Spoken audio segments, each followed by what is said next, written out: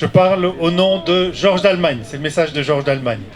Chers amis, je n'ai pas pu me joindre à votre manifestation aujourd'hui parce que j'interroge justement cet après-midi à la Chambre notre ministre des Affaires étrangères sur les menaces que fait peser la Turquie d'Erdogan sur notre sécurité et sur celle de nombreux peuples, y compris le sien. Mais je souhaite vous dire que je suis de tout cœur avec vous et je félicite les organisateurs de cette manifestation pour leur initiative. Une initiative qui rassemble tous ceux pour qui ce dirigeant autoritaire et dangereux qu'est Erdogan doit être considéré comme une menace grave pour nos libertés, pour notre sécurité, pour notre vivre ensemble, pour notre Union européenne et pour la sécurité de nombreux peuples qui sont nos voisins et amis. Le président Erdogan a semé la brutalité, la violence, l'injustice et la guerre jusque dans son propre pays. Il bafoue allègrement les droits de l'homme et poursuit dans son pays tous les Turcs épris de liberté et de démocratie. Il utilise et instrumentalise et radicalise les sentiments nationalistes et religieux à son profit et rêve d'établir un nouveau califat basé sur la religion, le panturquisme et la haine des autres. Nous devons lui dire qu'il se trompe de siècle, qu'il bafoue les valeurs européennes et les valeurs auxquelles sont attachés de nombreux citoyens de son pays.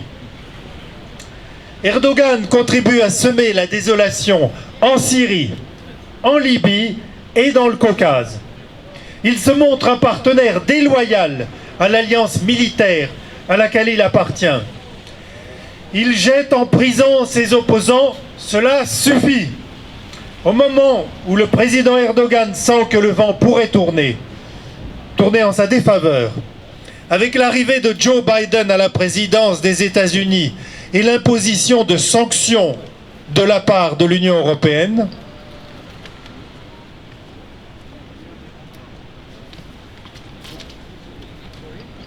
à ce moment-là, nous sommes ici pour lui dire et dire à nos dirigeants que nous ne nous laisserons pas abuser par des mots.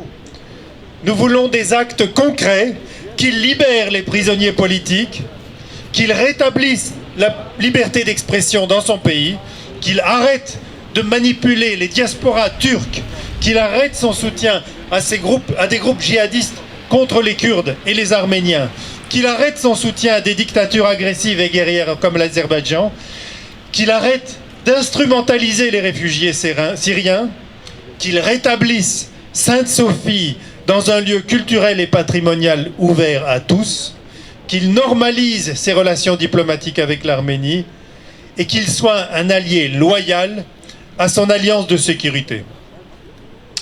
Voici quelques-uns des travaux qu'Erdogan doit réaliser avant qu'il ne puisse être pris au sérieux. Ce sera en tout cas le message que je continuerai de porter au Parlement. Avec vous, grâce à vous dans ce combat essentiel pour nos libertés, pour notre sécurité, pour la survie de certains peuples. Tous ensemble, nous sommes plus forts. Ce n'est qu'un début.